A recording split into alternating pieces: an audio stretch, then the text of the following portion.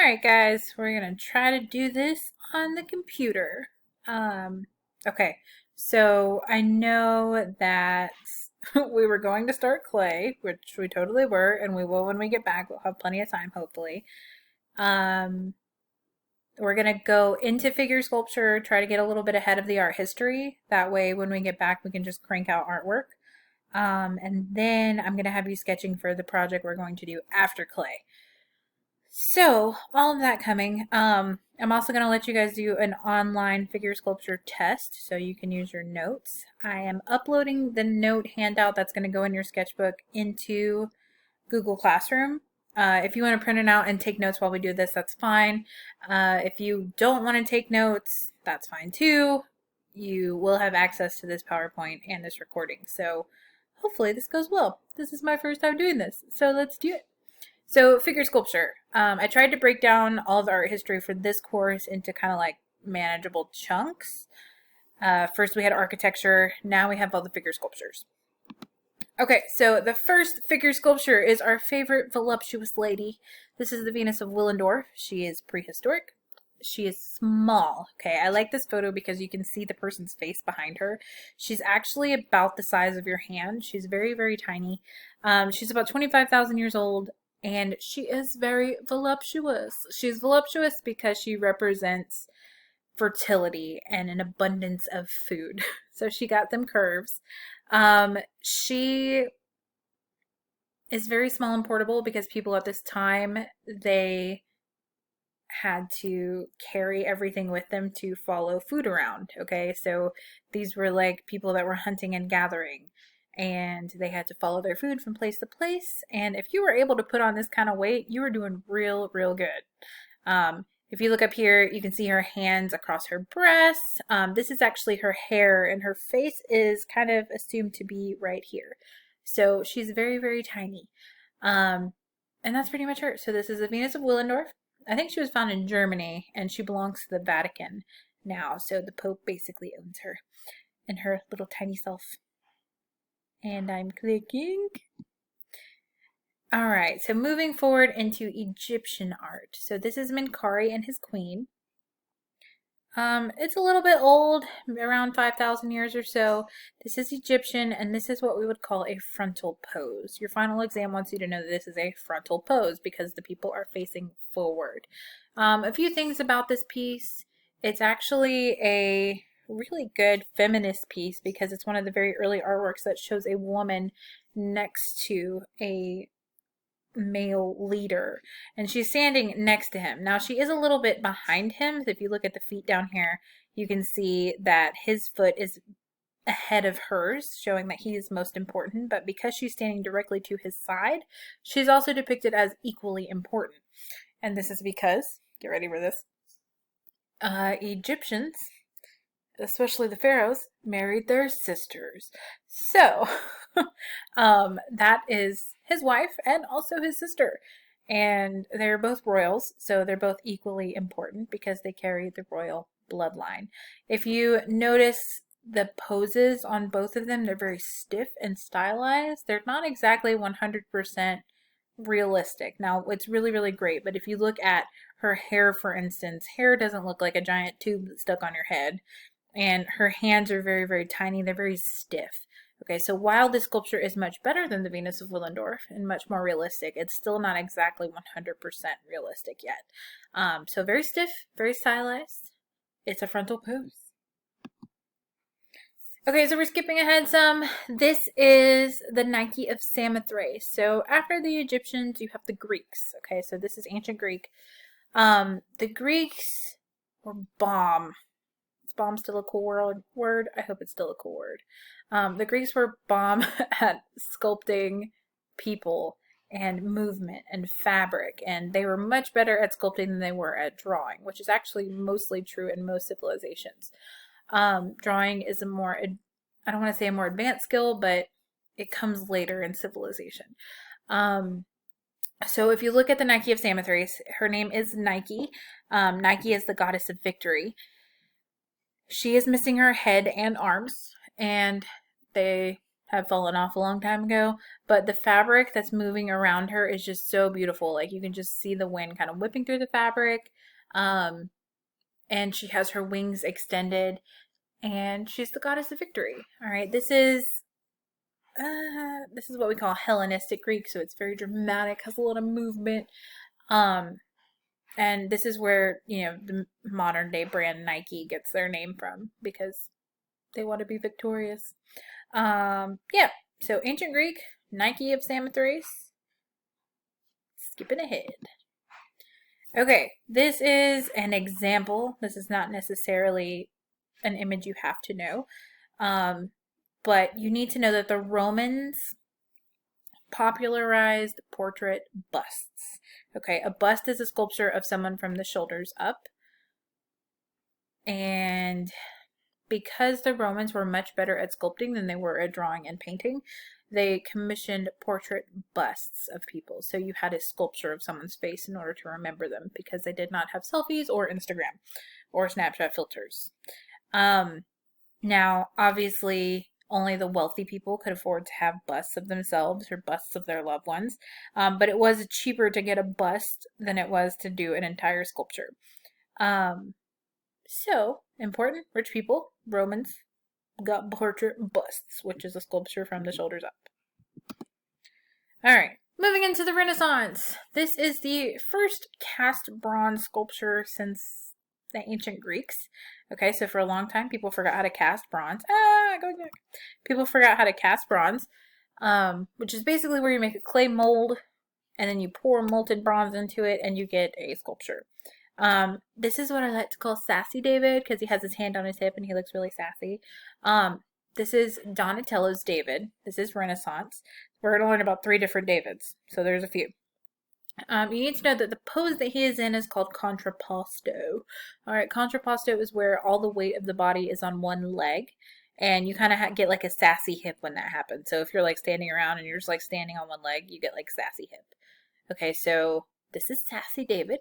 He is depicted as a young boy, which is actually more accurate to the biblical story, where David is a young boy that conquers Goliath, and he's standing on Goliath's head, okay, which is kind of gross if you think about it, and he's wearing the sassy hat. So he decided to wear no clothes, stand on Goliath's head, and wear the sassy hat with his sassy hip. So what you need to know is that this is cast bronze, Donatello's David. So Donatello is one of our Ninja Turtles, and then in this version, he's a small child. He's not exactly a full-grown adult. Okay, so skipping ahead, we're still in the Renaissance. We're moving into Michelangelo. This is Michelangelo's Pietà. Pietà is just an Italian word that means, it's like the scene where Jesus has died and the Virgin Mary is holding Jesus.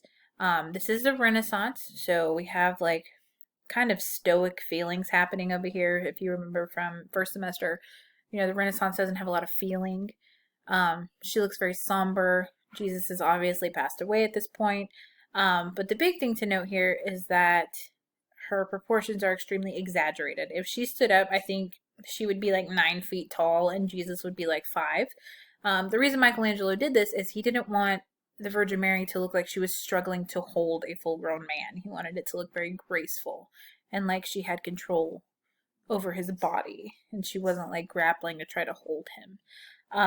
So very exaggerated proportions, but if I didn't tell you that, I don't think you'd notice. And then we're moving on to my favorite sculpture. This is Michelangelo's David. This is made out of carved marble. This is David while he's thinking about killing Goliath. Okay, so we're still in the Renaissance. All right, Sassy David was when, you know, he'd already killed Goliath. He's standing on Goliath's head. At this point, Michelangelo's David is kind of looking off into the distance saying, okay, great. I'm about to do this. He's holding his slingshot over his shoulder and he's getting ready to kill Goliath. It hasn't happened yet. This is really typical of Michelangelo. He likes those moments of tension where people are thinking about doing something but haven't quite done it yet. This piece of marble, this is actually my favorite sculpture because this piece of marble was left outside for a very long time. It was a very imperfect piece. Another artist was actually commissioned to do this first, but Michelangelo kind of got roped into doing it, and he decided he was going to tackle this piece of marble and create this David sculpture. If you get close enough to the sculpture, you can kind of see the veins that are on his hand. Sorry, my husband was checking on dinner. Okay, so Michelangelo sculpted this guy, and it's so beautiful. It's maybe about, I don't know, 14, 15 feet high. It's a gigantic sculpture. Just the detail on it is just remarkable, down to like the details on his fingernails.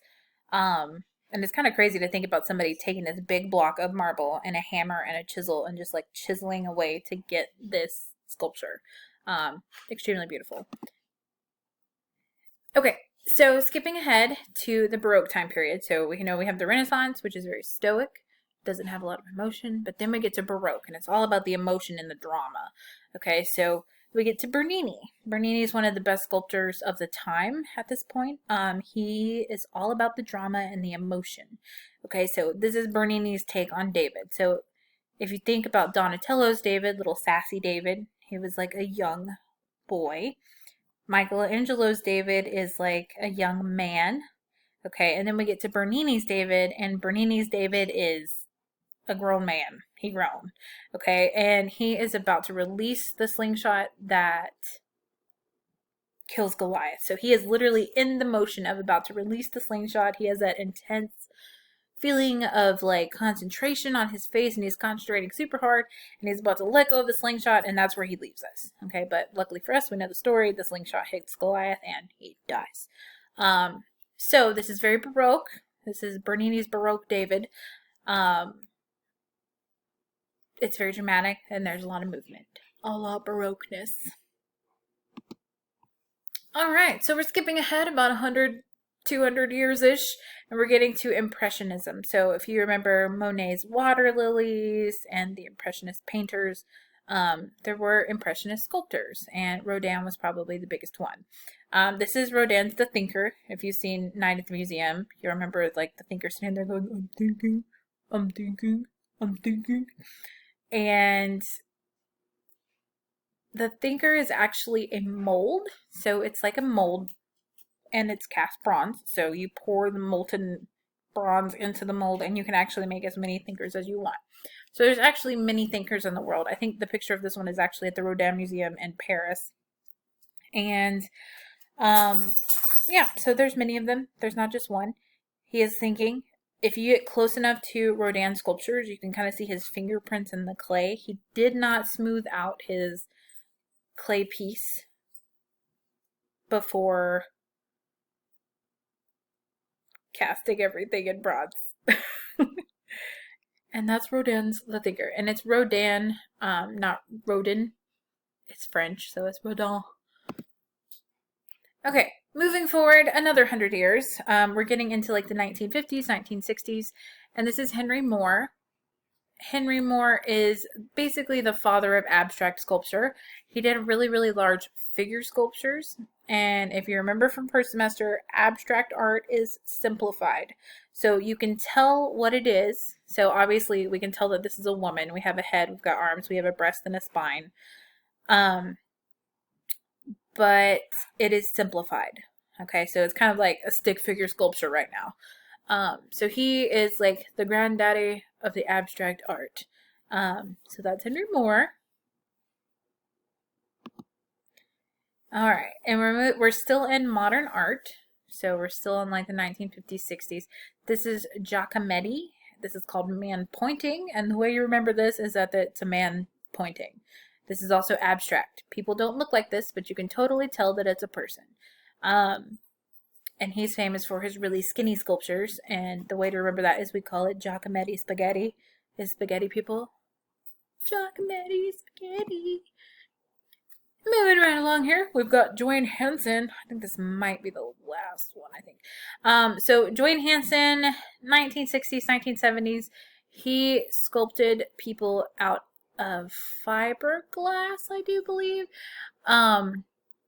basically he sculpted like super hyper realistic sculptures and put them with real props. So the people in this sculpture are actually him and his mother. I love that she's wearing like a